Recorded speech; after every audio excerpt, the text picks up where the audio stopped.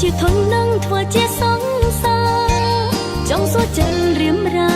គិតថាចង់ផ្លាំងបដូរទេធន់នឹងធ្វើជាសង្សារគ្នាឬពុំងាមានអ្នកណាថ្មីចង់ពោះបងបេះដូងនៅតែភក្តីមិនធ្លាប់គិតថាផ្លាំងបដូរទេចង់ប្រាប់ថាធន់នឹងធ្វើសង្សា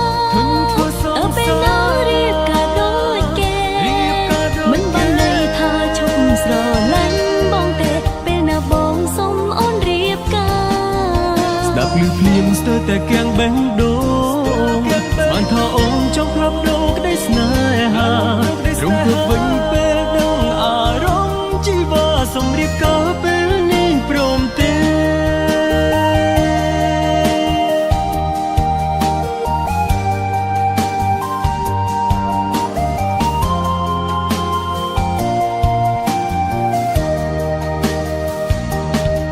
ស្រឡាញ់គ្នា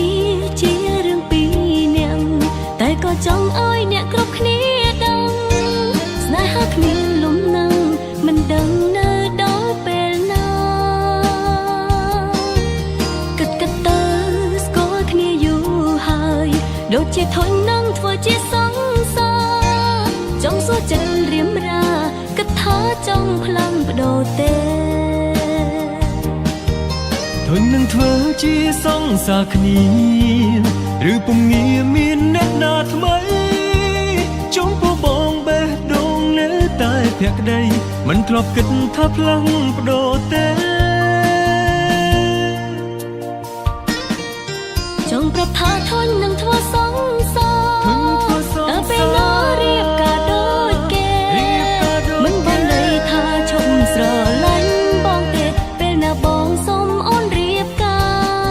រស្ដាប់ឮភ្លៀងស្ទើរតែគាំងបេះដូង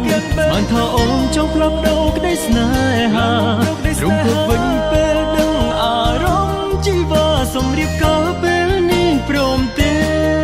ចង់ប្រាប់ថាធន់នឹងធ្វើសង្សារតែពេលណារៀបការដូចគេ